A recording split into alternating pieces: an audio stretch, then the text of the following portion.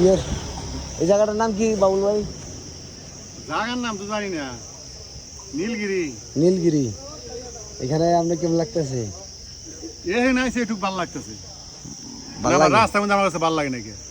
Video করতেছি কিন্তু মাথা তো ঘুরে না, হ্যাঁ, মাথা তো ঘুরে না, মানে মাথা ঘুরে মাথা একটু লাগে। কি লাগে একটু, মানে কি মনে জানি কি মনে মানে অনেক দূর জার্নিং করে আইছেন তো এর লেগে তেরম লাগতেছে। খারাপ লাগতেছে। এত দূর হইলে আমি আইতাম না তো ভাই। এখন এই যে এই পরিবেশটা কি ভালো এই লাগতেছে? পরিবেশ ওই যে রাস্তায় যাই ঘুরছি গেছি, অনেক না আসার পরে ভালো লাগতেছে। বাহ। আর আপনারা কি একটা ডাব খাওয়াবো আমি? না, কি ডাব খাওয়াবো? খাওয়া লাগবে না আমার। কি খাওয়াবো কর? এইভাবেই চলবো। হ্যাঁ, তাহলে আপনি তো বাইরে আপনার ভিডিও তো করে আলাইলাম। যাই কি, এই যে স্পোর্টটা তো ভালো লাগছে। এই স্পটটা মানে খুব সুন্দর লাগছে। আমি কয়েকটা ছবি উঠাইছি, মানে খুব সুন্দর হয়েছে ছবি।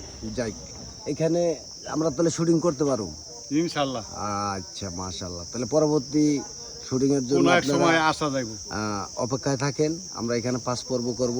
অবশ্যই। আর বাবুল বাইরে দরকার হয় বাইরে অভিনয় দিয়ে দিব, এছাড়া আর কি করার। না, এত কিছু লাগবে না। তাহলে কি করেন লাগবো? দর্শকরে তো কিছু কর লাগবো নাকি? ভালো মন্দ বুঝান লাগবে, জায়গাটা স্পট ভালো, মানে আসার জন্য অনুরোধ করা লাগবে। খুব সুন্দর জায়গা।